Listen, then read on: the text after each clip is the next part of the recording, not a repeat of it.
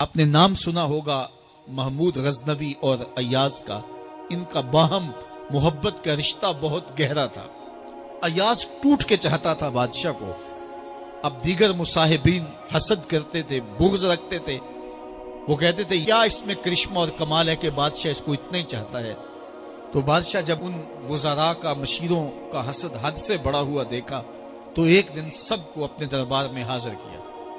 دربار میں ایک تالاب تھا تو اس میں مٹھی بھر کے موتیوں کی پھینک دی اور ایک ایک وزیر کو کہا کہ یہ موتی نکال کے لاؤ اور یہ خیال کرنا کہ تمہارا لباس بھی، تمہارا بدن بھی نہیں بھیگنا چاہیے. تو سب نے کہا کہ یہ عجیب بات ہے کہ حوض کی تہ سے موتی نکال کے لائیں اور لباس بھی نہ بھیگے اور بدن بھی نہ بھیگے، یہ تو لازمی ہوگا. پھر دوسرے وزیر کو کہتا کہ یہ موتی نکال کے لاؤ، تمہارا لباس بھی نہیں بھیگنا چاہیے، تمہارا بدن بھی نہیں بھیگنا چاہیے. تو وہ آگے سے حجت کرتا یہ کیسے ہو سکتا ہے کہ بدن بھی اور لباس بھی نہ بھیگے اور موتی بھی نکال لاؤں. تیسرے کو، چوتھے کو، پانچویں کو، ہر ایک آگے سے حجت کرے یہ کیسے ہو سکتا ہے. پھر ایاز آ گیا تو بادشاہ نے ایاز کو کہا کہ یہ موتی نکال کے لانے ہیں اور تمہارا لباس بھی اور تمہارا بدن بھی نہیں بھیگنا چاہیے. ایاز نے فوراً چھلانگ لگائی اور موتی نکالے. جب باہر نکلا تو بدن اور لباس پانی سے نچڑ رہا تھا. تو ایسے موتی بادشاہ کو پیش کیے اور بدن کپ کپا رہا تھا. تو بادشاہ بڑے غصے سے کہا کہ ایاز تمہارا بدن بھیگ گیا، تمہارے کپڑے بھی بھیگ گئے. میں نے کہا تھا لباس بھی نہیں بھیگنا چاہیے، کپڑے بھی نہیں بھیگنے چاہیے. تو ایاز بڑی لجاجت سے عرض کرنے لگا بادشاہ سلامت، آپ کے دو حکم تھے. ایک یہ کہ موتی نکال کے لانے ہیں، دوسرا حکم یہ تھا کہ لباس اور کپڑے بھیگنے نہیں چاہیے. تو ایک حکم میں نے پورا کر دیا ہے، دوسرے کی معافی چاہتا ہوں.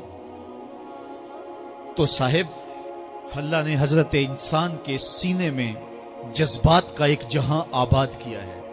شیطان کو بھی انسان کے پیچھے لگا دیا اس کی آزمائش کے لیے، اس کے امتحان کے لیے. نفس بھی اس کے اندر موجود ہے اور دوسری جانب اس کو گناہوں سے منع بھی کیا اور نیکی کی تلقین بھی کی. اب کتنی مشکل زندگی ہے حضرت انسان کی. آئی جان شکنجے اندر جویں ویلنے دے وچ گنا. کتنی مشکل زندگی ہے. خواہشیں ہیں کہ آوارہ ہیں، آرزویں ہیں کہ بے قابو ہیں، اور دوسری جانب اللہ کا حکم ہے. اب کیا کرے؟ تو گناہ کرنے کے بعد پھر اللہ کے حضور توبہ کر لے، جو ممکن ہو وہ نیکی کرے اور گناہ سے مقدور بر بچنے کی کوشش کرے.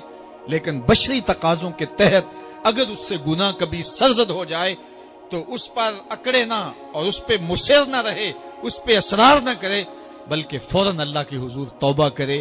گناہ کرنے کے بعد بندہ جب توبہ کرتا ہے التائب من الذنب کمن لا ذنب لہ، تو وہ ایسے ہوتا ہے جس طرح اس نے گناہ کیا ہوا ہی نہیں. بندہ 100 بار گناہ کر کے توبہ کرے، اللہ 100 بار معاف فرما دے. وہ کریم ہے، 70 ماؤں سے زیادہ پیار کرتا ہے. تو بندے اس کی دہلیز پہ جب توبہ کرتے ہیں، رجوع کرتے ہیں اور اس سے معافی مانگتے ہیں تو وہ یہ نہیں دیکھتا کہ یہ گناہ گار کتنا بڑا ہے، وہ یہ دیکھتا ہے کہ یہ میری دہلیز پہ آیا ہے اور اس کے ما قبل کے سارے گناہ معاف بھی کرتا ہے، بلکہ گناہوں کو بدل کے نیکیوں میں بھی تبدیل کرتا ہے.